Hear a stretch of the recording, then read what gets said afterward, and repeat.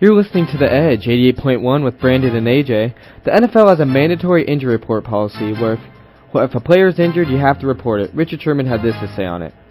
Our injury report is specifically to make sure that the gamblers get their odds right. Do you agree or disagree, AJ? Now that just seems like a typical Richard Sherman statement to me. Honestly, I don't think the NFL considers that whatsoever. I think it's more to let the teams know how they should be preparing for the team that they are playing in the upcoming week. The teams have the right to know how to prepare for their games. And yeah, I think Richard Sherman's definitely known to make outlandish comments, like you said, anything to grab the media's attention. I mean, he's a smart guy, Stanford grad, but I don't agree with that at all. I think you've got to know who's healthy, who's not, just an overall fairness to the league. Up next, we have Holding On by War on Drugs. You're listening to The Edge, 88.1. This is BA Sports with Brandon and AJ on The Edge, 88.1. The burning question of college football, who's the best conference? You have to go with the SEC. In my opinion, every year in and year out, they are the conference to beat. As long as the college football playoff exists, you won't ever see a year where an SEC team does not make the final four teams. See, I will agree with that, but that one SEC team is Alabama. It's always going to be Alabama. I mean, if you look anyone below Alabama, there's not much. They're great, but I think the Big Ten's the best conference, mainly because they have more strength spread out. Wisconsin, Michigan, Ohio State, Penn State, all legitimate playoff caliber teams. Now, Alabama is probably the most consistent team on a year-to-year basis, but you can't sleep on teams like Georgia, Florida. You know, they may not be competing with Alabama every year, but every other year it seems that a team like that is competing with Alabama. Yeah, and it's early, so I guess we won't know till the end, but there's arguments to be made on both sides for sure. Up next, we have Wild Horses by Bishop Briggs. This is Brandon and AJ on BA Sports, which means you're tuned into The Edge, 88.1. Iowa's game with Penn State is this weekend, and the one thing I'm going to be looking for is, do you think Nathan Stanley can handle the big game? It'll be interesting to see. I mean, he's only a sophomore. This will be his fourth start as Iowa's quarterback. So this is a big game for him in his future as a Hawkeye. I think that with the right protection, with that well-known Iowa offensive line, he can get the job done. And one thing I do worry about is, can he handle being behind early? He showed it against Iowa State, but Penn State has such an explosive offense that I just don't know if Iowa can keep up right away, so it's going to come down to what he can do with his arm. Penn State is a different animal than what Iowa State is, so Stanley will definitely have to step up his game if they're going to take down the Nittany Lions on Saturday. Up next is Open Your Eyes by Disturbed. You're listening to The Edge, 88.1. You're listening to The Edge, 88.1 with Brandon and AJ on BA Sports. And I got some sad news. A toddler has been hospitalized after getting hit with a foul ball at the Yankee game. She was sitting down on the third baseline. There's been controversy about whether ballparks should be made to have nets along the baselines. Should every ballpark be required to have nets? Now, this is not the first instance of this happening. It seems like it happens more often than what it should. MLB and baseball parks all around the country should make an effort to make the stadium safer for fans. But at the same time, you got to think of how you're going to do that. If you put a net all the way down the third and first base line, that might affect it's already a hard place to view the game from experience. But with a net in the way, that might make it even tougher. So do they get rid of seating, have lower attendance numbers? It's kind of hard to decide which way they should go with this. Yeah, and I think it kind of just comes down to what, again, like you said, what they're going to have to pick between, you know, and I think, in my opinion, it comes down to safety. You hear about people falling over ledges, getting hit with foul balls, and people should be able to go to these games safely and not have the risk of getting hurt. So, yeah, I think the MLB has a big decision to make there. Up next, we have Destroyer by Saint Motel. You're listening to The Edge, 88.1. You're listening to The Edge, 88.1 with Brandon and AJ on BA Sports. Introducing a new segment on BA Sports, my biggest upsets of the week in college football. I have Purdue over number 8 Michigan, Colorado over number 7 Washington, and Cal over number 5 USC.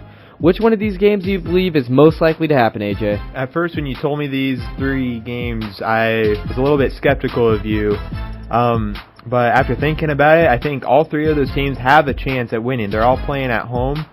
But I think the most likely upset that will happen is California over USC. Okay. And then after that, I think Purdue almost, they were a touchdown away from, or they were lost by a touchdown to Louisville. And so they have a good chance against Michigan. So I don't know. It would be interesting to see what happens there. Yeah, Michigan's offense is like putrid, to be honest. Their defense is phenomenal, but their offense is like flat, not explosive, and it's going to be interesting to see which one prevails there. Up next, we have This Side of Paradise by Mary Miller. You're listening to The Edge 88.1. This is BA Sports with Brandon and AJ on The Edge 88.1. Who wins the Heisman, AJ? Right now, my pick would be Mason Rudolph, quarterback from Oklahoma State. He's looked absolutely phenomenal through the first few games of the season. I would say I would bring Lamar Jackson back into it, but I don't think there's a chance that he will win it for the second time in a row. Yeah, I think Louisville is just not a good enough team to keep him up there, because usually the top Heisman guys are winners, and Louisville is just not that good, not at that level. Someone I would definitely say would be like a dark horse would be Nick Fitzgerald from Mississippi State. It depends if they can win this week at Georgia, but if they win, they're going to be the team that's right with Alabama. So I think he's a dark horse contender for sure. That's not a bad pick considering they're 3-0 right now. If they keep on winning, they need a player to represent their team, and who knows, it might be Fitzgerald. Yeah, for sure. In sadder news, our radio station is going to be canceled due to budget cuts. So please, visit gvumedia.com to help us raise money to keep this thing going. It's a huge benefit to our students, and without it, it doesn't give us the hands-on experience we need. Up next, we have Something in the Way You Move. This is The Edge 88.1. You're listening to The Edge 88.1. It's Brandon and AJ with BA Sports. The NBA reduced the number of back-to-backs for each team this season by starting the season earlier than normal. And now Charles Barkley made NBA headlines this morning when he said that the poor babies in the NBA can't play in back-to-back games. Brandon, do you agree with Barkley on this one?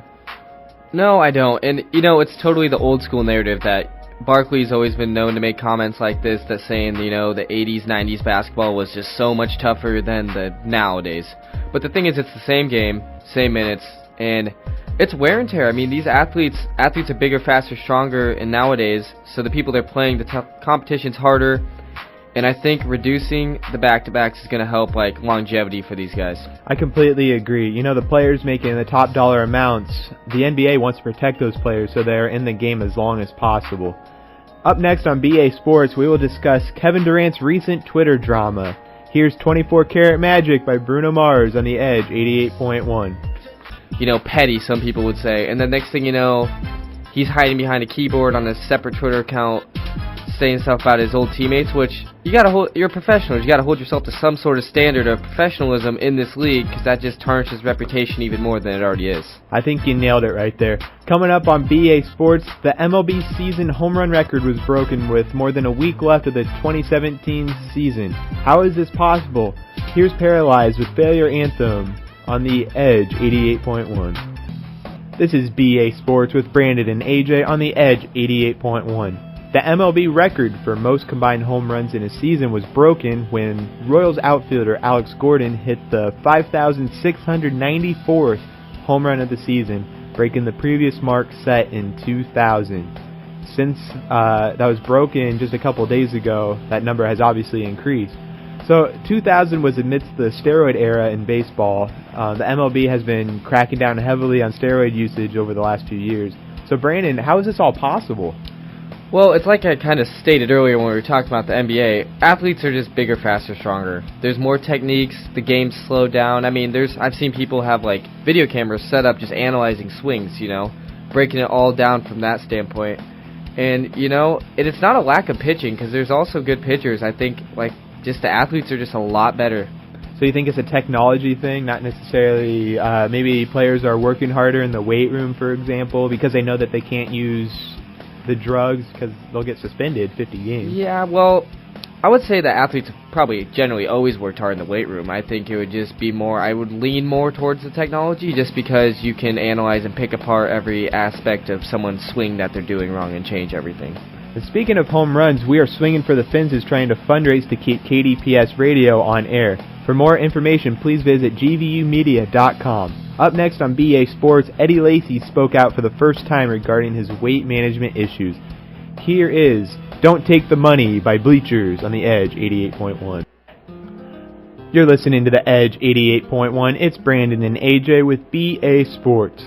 It is well known that Eddie Lacy, the Seahawks running back, has had issues with his weight throughout his playing career.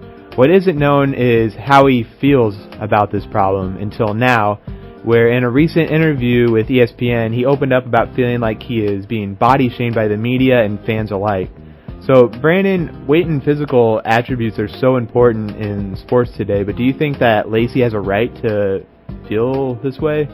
I think we're all human.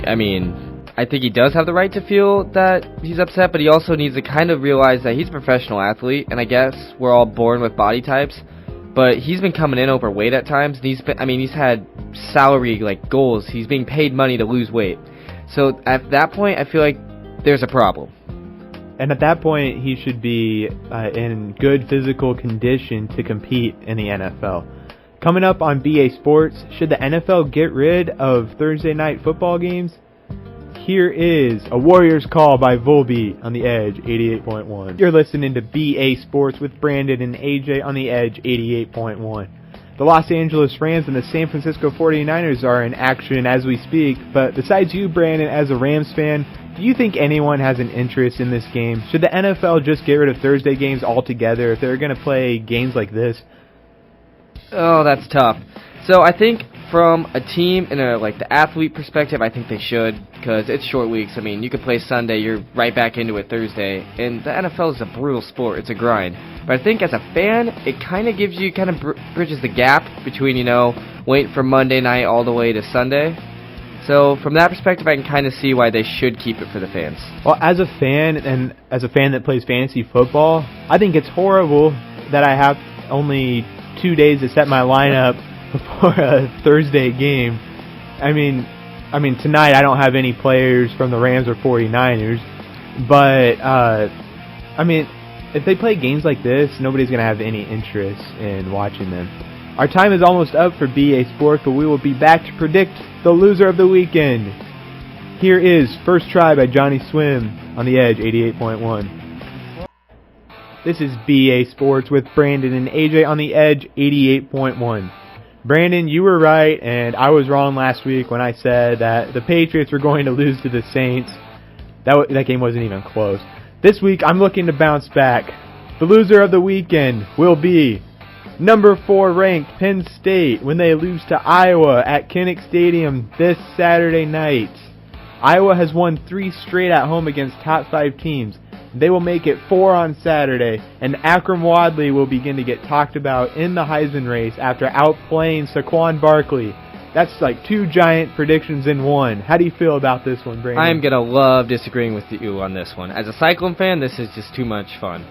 So, Penn State's offense is going to just blow the doors off Iowa's defense. If they let Iowa State hang that many points on them, there's going to be some problems with Penn State's explosive offense. If Iowa can stop Penn State on defense, then, like we talked about earlier on the show, Nathan Stanley has to show up, get the ball moving down the field, and Iowa's going to have a chance at this one. So thank you all for listening to BA Sports tonight. We will be back next Thursday from 6 to 8 p.m. Skeptical is up next at 8 o'clock on the Edge 88.1. You're listening to The Edge 88.1 with Brandon and AJ on BA Sports. It's time to panic on the Pats. The Patriots are sitting at 2-2 with a defense that ranks number 1 in points given up per game, number 1 in yards given up per game. This defense couldn't stop the Powder Puff team. The Patriots are indeed 2-2, but you can't write them off yet. As long as Tom Brady is the quarterback, they could easily finish the season 14-2. Remember a couple years ago when they started 0-2 and they still made the Super Bowl and won it? I could see this being another example of that. Yeah, but you know the expression, defense wins championships. And did you know that Tom Brady's leading the league with the most time sacked? Is he really? Yeah, and that's kind of concerning when he's up there in age. Well, and like you said earlier, the defense is playing absolutely terrible, but they can only get better, right? That is true. Up next, we have History by Olivia Holt. You're listening to The Edge 88.1. This is Brandon and AJ on BA Sports, which means you're tuned in to The Edge 88.1. Wildcard is usually a popular term when you're playing card games such as Uno. Wild is perfect word to describe last night's game between the Rockies and the Diamondbacks. These games are just great for ratings. They're entertaining on a dull Wednesday night. The MLB has their playoff bracket figured out perfectly. These wild card games, they do the job. Just having one game where both teams just leave it all out on the field, that does bring some excitement to the game of baseball. Yeah, I think the whole aspect of win and survive, lose you go home, I think that brings in tons of viewers, and it's great for the MLB. And especially both of the wild card games from yesterday and Tuesday, they scored so many runs. Yeah, like, these guys are actually trying in the postseason. Yeah, I mean, the scores are almost looking like a football game. Up next, we have My Love by Wale. You're listening to The Edge 88.1. This is BA Sports with Brandon and AJ on The Edge 88.1. The SEC is simply not the feared conference it once was. SEC fans live in a fairy tale based on Alabama's dominance over the past couple years. LSU just lost to Troy. Let me repeat that. Troy at home. Yeah, something that was very surprising about that is that LSU had a 49-game winning streak at home against non-conference opponents. Unbelievable. That includes ranked and unranked teams. And then they lose to a team that they paid almost $1 million for them to come play. Yeah, you could say that could be money well spent. But yeah, as you said, the SEC is definitely not what it used to be. But I think that's because Alabama has become so dominant that players around the country don't want to compete against Alabama. They want to join them or stay away from the SEC conference. Yeah, I agree with that for sure. Up next, we have Bored to Death by Blink-182. You're listening to The Edge 88.1. You're listening to The Edge 88.1 with Brandon and AJ on BA Sports. I couldn't believe this when I heard this. Skip Bayless said today on his show that arguably one of the greatest basketball players in LeBron James does not have the clutch gene, that he deferred to Kyrie Irving. In that game, Kyrie did make that big shot. But early on in LeBron's career, he did have some issues with being clutch in those situations.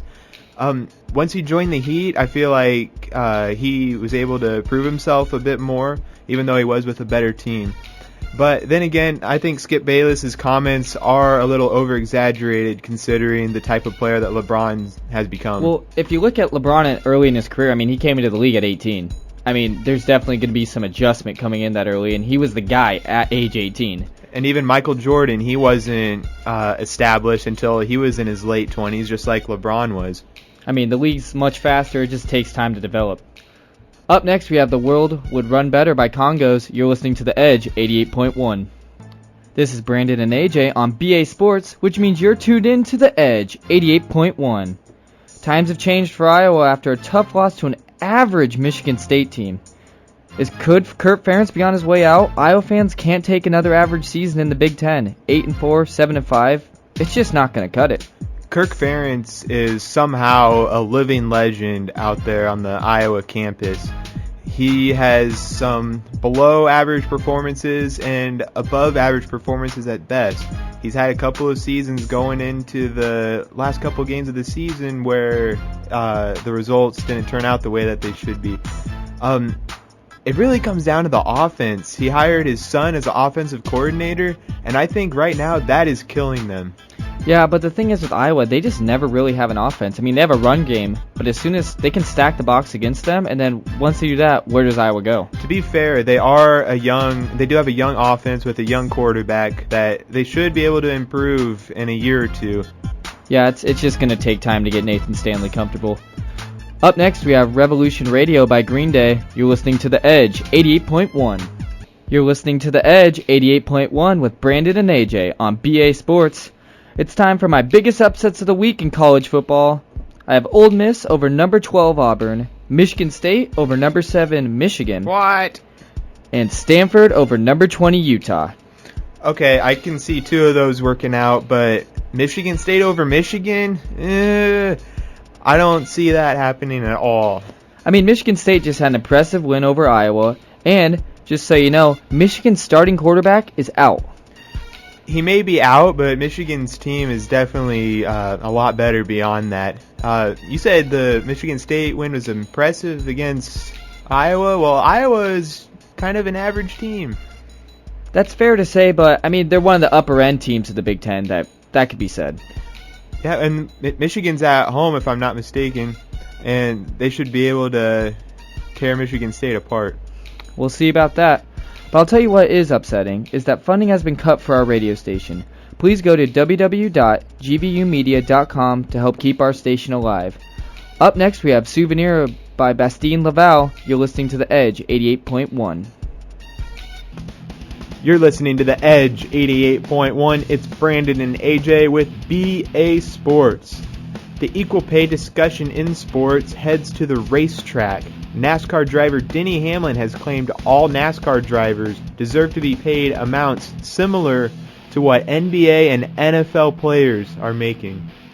The physical toll on the body just isn't there for me to be requesting that much money. I get that it's dangerous. I mean, they're going 200 miles an hour around the track, but they're strapped in, they have helmets on. I mean, they're safe. Now, I think his argument is that the money is there. They do have the opportunity to be making that money. From what I saw is that 65% of NASCAR profits go towards the racetrack, while 25% goes to the teams and 10% is kept by NASCAR.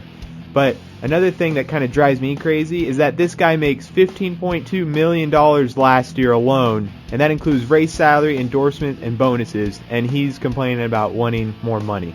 That's pretty ridiculous. Up next on BA Sports, who is the NFL MVP after the first month of the season? You're listening to The Edge 88.1. You're listening to BA Sports with Brandon and AJ on The Edge 88.1. A fourth of the NFL regular season has come and gone already, and already there are some players who have some solid MVP hopes. Yeah, and my guy is definitely Todd Gurley. I think he's leading the way. He's leading the Rams, that are a team that weren't that good. He's making everyone respect the run game, which makes things a lot easier for Jared Goff. Todd Gurley's not even the best running back. Really? The best running back, and my current MVP leader, Kareem Hunt, the rookie for the Chiefs. He's 502 yards and 4 touchdowns through 4 games. And he has, get this, he has 372 second half yards. And no other player has more than 362 total yards. And that's how many Todd Gurley has. So what do you have to say about that? Gurley already has 7 touchdowns. He's responsible for 7 touchdowns in just 4 games. I will give you that. Todd Gurley does have more touchdowns, but you can't get touchdowns without getting those yards. But the thing with the Chiefs is their defense is what keeps them in those games. Even if so, Kareem Hunt's having a fantastic rookie season so far. Coming up on BA Sports, the NBA has changed its All-Star format to a draft. You're listening to The Edge 88.1. This is BA Sports with Brandon and AJ on The Edge 88.1. The NBA has thankfully thrown away the East versus West All-Star Game format. New this year, the top 2 vote getters will be the captains for their respective teams, and then they will hold a draft. If this didn't happen, the West team would have been absolutely stacked this year. That's how it's been every year. I mean, the West has always been so dominant because, I mean, they have most of the big-time players. But with this new format, it's a whole different ballgame. I mean, we're going to see a lot of combinations of players that's going to be really entertaining. Yeah, and what I'm excited about is the draft itself. I think that's going to be pretty entertaining. And I think we can predict that it's probably going to be LeBron James and Steph Curry as the 2 captains. So then will LeBron pick Kyrie? Will Kevin Durant and Westbrook end up on the same team again? You know, this could create some interesting headlines. Yeah, I totally agree with that, because you just never know, like, if there's beef between players, if some players don't like each other, and I think that's really going to show. Up next on BA Sports, the Clemson football team is known for their success on the field, but it's off the field. Literally, right off the field, where they made headlines this week. You're listening to The Edge 88.1. You're listening to The Edge 88.1. It's Brandon and AJ with BA Sports.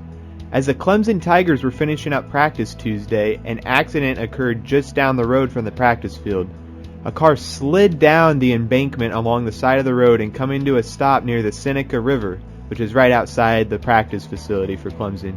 Clemson players and staff immediately rushed over to the scene.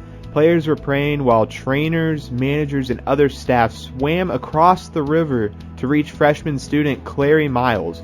Once he was reached, the staff got Miles out of the car. Something like this could bring a team closer. Yeah, definitely. It's just, the one thing is, I heard somewhere that the coaches actually held the players out from the rescue efforts. Is that Yes, that's correct. Dabo Sweeney said that the players all wanted to dive in and help, but the coach made sure that the players were protected and that the players knew that the managers and the other staff had it covered. Where's the line between, it's a life, maybe could be potentially a life or death situation? I mean, shouldn't you use all helping hands as possible? I could see that if there was more than just one person trapped in the car, but I mean, all those people rushing over to just help one person, I don't think it's necessary. I think they handled it in the right way. Coming up on BA Sports, we take a look at the MLB playoffs and how they will play out. You're listening to The Edge, 88.1.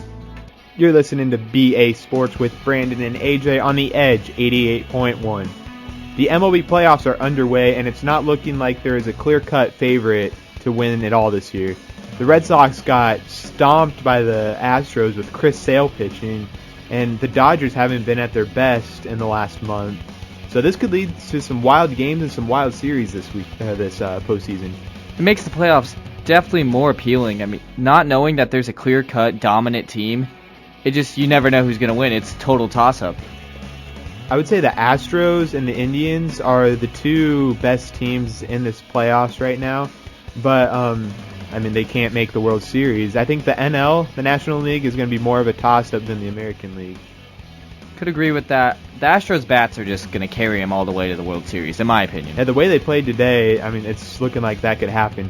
Our time is almost up for BA Sports, but we will be back to predict the loser of the weekend.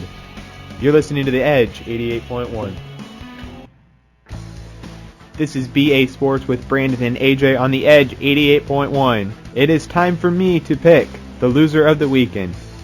I've been struggling this past few weeks, but I'm going to make a more logical prediction. This week's loser will be number 11 Washington State losing at unranked Oregon. I'm not buying it.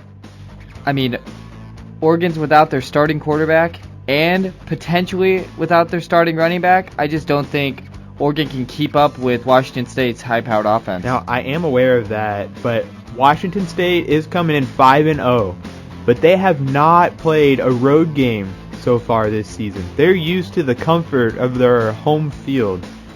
Oregon always plays well at home in that environment, and after winning this game, they will be up in the top 25. For those who aren't aware, Grandview University has cut the funding for KDPS Radio, so we are trying to fundraise to stay on air. For more information, please visit gvumedia.com. We will be back next Thursday from 6 to 8 p.m. Thank you for listening to BA Sports on The Edge 88.1.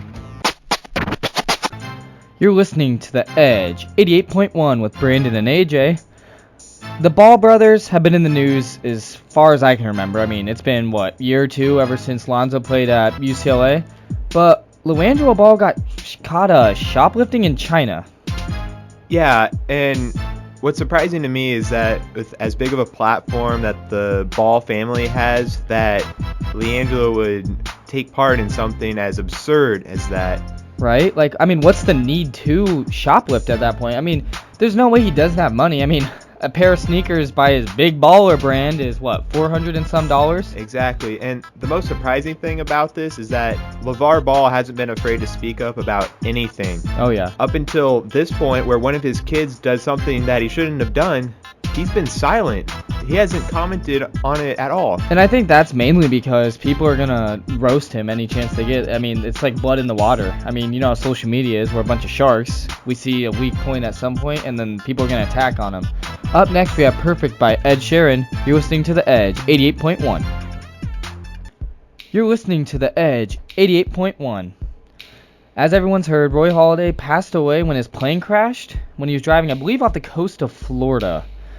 What do you think of that? Well, this is a very sad moment in the sports world. Roy Halladay was one of the, if not the, best pitcher between 2000 2012. Yeah, he's completely dominant. Unstoppable, throwing a perfect game, a no-hitter in the postseason. So this is a big loss in the baseball world. Yeah, his tenure between Toronto to the Phillies, he was unbelievable then. But I think athletes kind of get this thing where they almost seem like they're untouchable or like they can't do anything wrong. I mean, look at Fernandez with the whole boat thing. That's very true. Yeah, Halladay, it sounds like he was flying erratically, but like you said, athletes think that they're just on top of the world, nothing can stop them. They're trying something new after retirement. And I'm all for that, but the problem is, I mean, he was 10 miles off the coast of Florida, no communication. I don't think he let anyone know that he was actually going to be flying that far off the coast, and that's definitely dangerous when you're not an experienced pilot in that regards. Up next, we have Your Song by Rita Ora. You're listening to The Edge, 88.1. This is The Edge, 88.1 with Brandon and AJ. The Big Ten's kind of questionable lately. Iowa football is bad for the Big Ten. They're ruining the Big Ten's only chance at the playoff. So that's what you mean by Iowa football is bad for the Big Ten? I think that's great for football. We want to see upsets. We want to see the underdog take out those top teams. Sure, that's like a fan's perspective, but if you look at it from the conference itself, right now, Wisconsin's probably the only team that has a chance to get in at this point because they're undefeated. Yeah, they're undefeated, but Iowa's playing them this weekend, so maybe that trend can continue. And Wisconsin has to win this game because the Big Ten's going to lose out on so much revenue. If Iowa wins this game this weekend, they're not getting someone in that Final Four. And if you don't get someone in that Final Four, it can hurt recruiting. Again, like I said, revenue's huge for the Big Ten. Yeah, that's a very good point. But I think all in all, we got to look at it as a whole. College football, the beauty of it, there's plenty of upsets. You never know what's going to happen. And I think Iowa is great for the game. And that's definitely like a fan perspective. I can agree with that. But just from revenue and overall, like the money part of it, which the NCAA is just a money-making machine, it's not good for the Big Ten if Iowa wins this weekend. Up next, we have Stay by Zed and Alessia Cara. You're listening to The Edge, 88.1. This is The Edge, 88.1 with Brandon and AJ. Week by week, it's become more evident to me that the Packers are a bad football team top to bottom. No Rodgers, no success in Lambeau. They wouldn't be a bad team if they had Rodgers, but yeah, without him, they look absolutely terrible. It's sad, honest. Like, it's generally sad that they can't muster up. I mean, yeah, Brett Hundley that sat behind Rodgers, a year or two, maybe even more. And the fact that he can't develop, he can't play in that system, I think that comes down to the coaching staff not prepping a guy. Well, when you think about it, when Brett Favre was playing, Aaron Rodgers had to sit behind him for a few years, and when Rodgers got his chance to play, he was ready, and he looked phenomenal. I think Hundley hasn't had the same amount of time as Rodgers had behind Favre, so he is kind of getting thrown into the mix a little early. Yeah, I think a lot of that could be Hundley's just not the talent that Rodgers is. I mean, Rodgers is, one in a million type of talent in the league. Sure. He's a top 3 player in my opinion, and it's just sad that the Packers they might not make the playoffs this year. It's definitely in doubt. Up next, we have Low Life by Future. You're listening to The Edge, 88.1. What's up, guys? You're listening to The Edge, 88.1 with Brandon and AJ. AJ, when do you fill up with gas? Oh, it depends how often I drive. So I'd say right now, probably every 3 weeks or so. If we're talking like on the speedometer, or not speedometer, excuse me, the gas gauge, where would you fill up? Do you feel comfortable at half tank, quarter tank? Once I get to that 50-mile range and the fuel light comes on, that's when I'm going to the gas station. See, why are you asking? That's just like the Iowa State's football team. Right now, they have the gas light on. They are completely fatigued. They looked bad last week offensively. And especially Oklahoma State, the gas station is way too far away. Oklahoma State is going to put the hammer down on these guys. I love the analogy there, but I don't like where you're going with this. Iowa State's already proved themselves to be one of the top teams in the nation. They've beaten 2 top 5 teams already this year, and they have an opportunity to beat another highly ranked team this weekend. Oklahoma State's offense is going to be too much for them.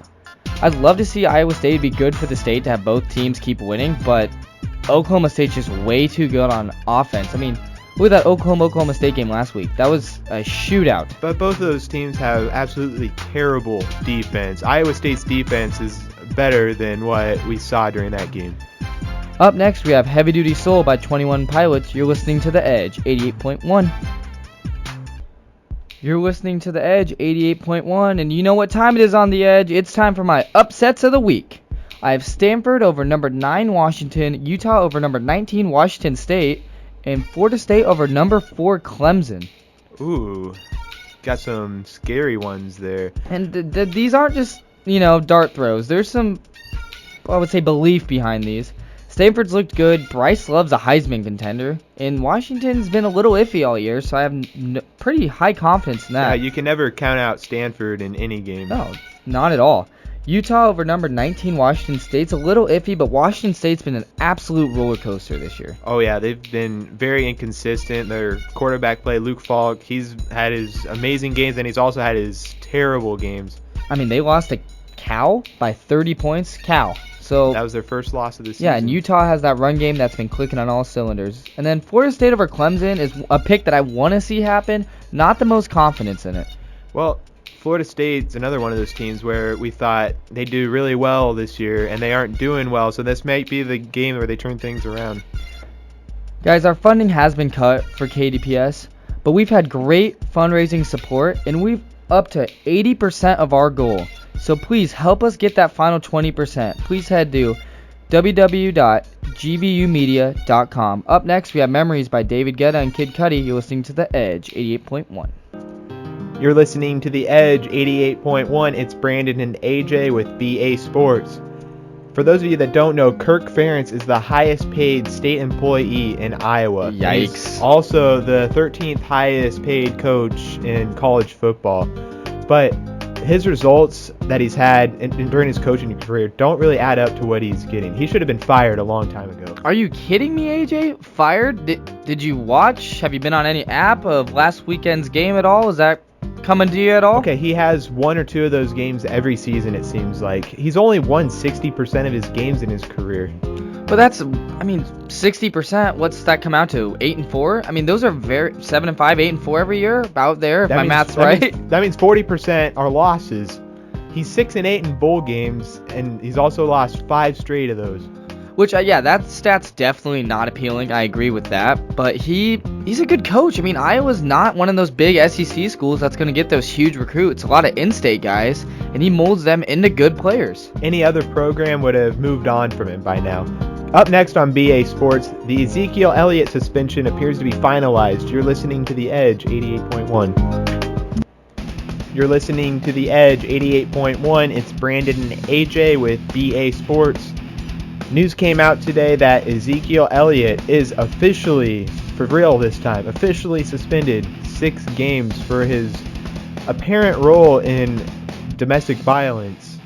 I mean, domestic violence is no, joking matter at all. I mean, the fact that, it is a little humorous that he's been so off and on suspended, completely, but I think anytime there's any rumor or speculation around an athlete connected to domestic violence, that I think there should be some sort of suspension, and it's shocking to me that it hasn't been so concrete. Yeah, the NFL has their hands tied when it comes to this now. Well, first of all, I don't like how this was handled. The process was dragged out for 10 weeks. They were trying to suspend him at the beginning of the season, but it turned out 10 weeks later. We're now in week 10 of the NFL season. They're finally laying down the suspension. But does that, like you said, does that open the door for other athletes to, because the NFL was so lenient. I don't want to use lenient, but it's the best word I can think of to describe how they handled the case. It got strung out so long, there was no immediate, boom, you're suspended. There was none of that. Up next on BA Sports, NFL Commissioner Roger Goodell is getting close to having his contract extended. You're listening to The Edge, 88.1. You're listening to The Edge, 88.1. It's Brandon and AJ with BA Sports. The NFL and Roger Goodell are nearing a 5-year contract extension that will go through 2024. But, I don't know, for some people that may seem odd considering the history that he's had. And yeah, he has a definitely checkered past, to be fair, but he's done some good things for the league, and then there's other things he's completely dropped the ball on. Recently we just talked about the Ezekiel Elliott case, and he completely dropped the ball on that. Zeke should have been suspended right away, but there's other things. I think Ray Rice was also a little dicey of how he handled that. For sure. At first, Ray Rice was suspended for only 2 games, and then the video was released, and he got suspended indefinitely. But that's one of the problems that he's had. The suspensions have been very inconsistent. And also along with the suspensions, we've had the concussion issues where he's refused to look at that for who knows how long. They finally started to put in funding to do research, but that's something that he ignored for many years. Up next on BA Sports, the Phoenix Suns recently traded Eric Bledsoe to the Milwaukee Bucks. So which team won the trade? You're listening to The Edge 88.1. You're listening to The Edge 88.1. It's Brandon and AJ with BA Sports. Eric Bledsoe for Greg Monroe and 2 draft picks, first round and the second round, was the trade that broke headlines a couple of days ago. Phoenix Suns, the Milwaukee Bucks. I believe the Suns won this trade, and we will see that a few years from now. Yeah, but the Bucks are, they're just the better team right now, and I think Eric Bledsoe definitely helps with that team. I mean, they got the Greek Freak, and they got some supporting cast, but Eric Bledsoe definitely adds a weapon offensively that the Bucks were looking for. They need a second punch to the Freak. I do agree that this trade will work out for both sides, but the Bucks did need a point guard. They got their point guard, but now the question is, are they going to be able to compete with the Cavaliers, the Celtics? I mean, look at the Cavs. The Cavs are not looking any good right now. Now, don't get me wrong, they're going to shape up before playoff time. It's LeBron who'll take over. We know that for sure. But the Celtics, you're right, are very competitive at this point in the league. Yeah, and as for the Phoenix Suns side, they aren't going to be competing with the Warriors, the Rockets, teams of that nature right away. But in 3, 4, 5 years, we may see different teams at the top of the Western Conference. Up next on BA Sports, we debate on who we'd rather have on our NBA team between Kyrie Irving and John Wall. You're listening to The Edge 88.1. You're listening to The Edge 88.1. It's Brandon and AJ with BA Sports. Kyrie Irving and John Wall, 2 of the top point guards in the Eastern Conference. I got into an argument earlier with somebody else today, Brandon, so now I want to hear what you think on which player you'd rather have on your team. That's tough. They're both good players, obviously. I mean, why else would we be discussing these guys? But I definitely think I'd take Kyrie Irving here, mainly because he has that finals trait. Like, he's been in the big game, he's hit the big shot, and I think that's something on my team. But one of the things I'd worry about as a GM or front office, if I was to start a team with one of these guys, is, he had that little spat with LeBron James, and that's a big distraction for teams.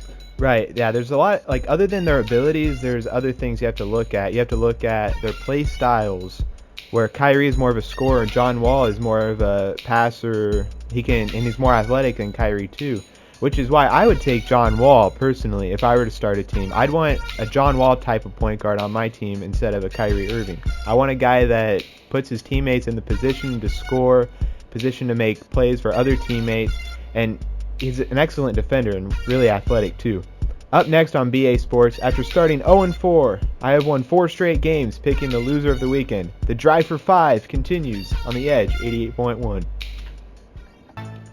You're listening to The Edge 88.1. It's Brandon and AJ with BA Sports, and it is time to go for 5 in a row when I pick the loser of the weekend. So, Brandon, there are tons of high-profile college football games this weekend. And since I'm kind of on a hot streak here, I decided to go double or nothing this week. Oh, boy.